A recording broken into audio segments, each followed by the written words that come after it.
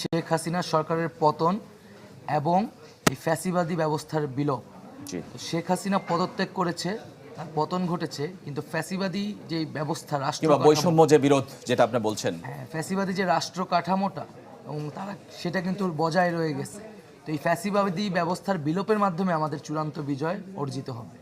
আচ্ছা, তার মানে আপনারা এখনো সন্তুষ্ট নয়। আরেকটা জিনিস আমরা দেখলাম যে আজকে সেনাপ্রধান বক্তব্য দিয়ে বলছেন যে অন্তর্বর্তীকালীন সরকার গঠিত হবে এবং বিভিন্ন দলের সঙ্গে তারা বৈঠক করেছেন, কিন্তু সেখানে আমরা আপনাদের প্রতিনিধি কিংবা যারা আন্দোলন করেছেন রাজপথে থেকে সামনে তাদের কারো পক্ষের কথা আমরা শুনিনি যে তারা উপস্থিত ছিলেন। আপনারা তো কেউ ছিলেন না, আপনাদেরকে তো ডাকা হয়নি।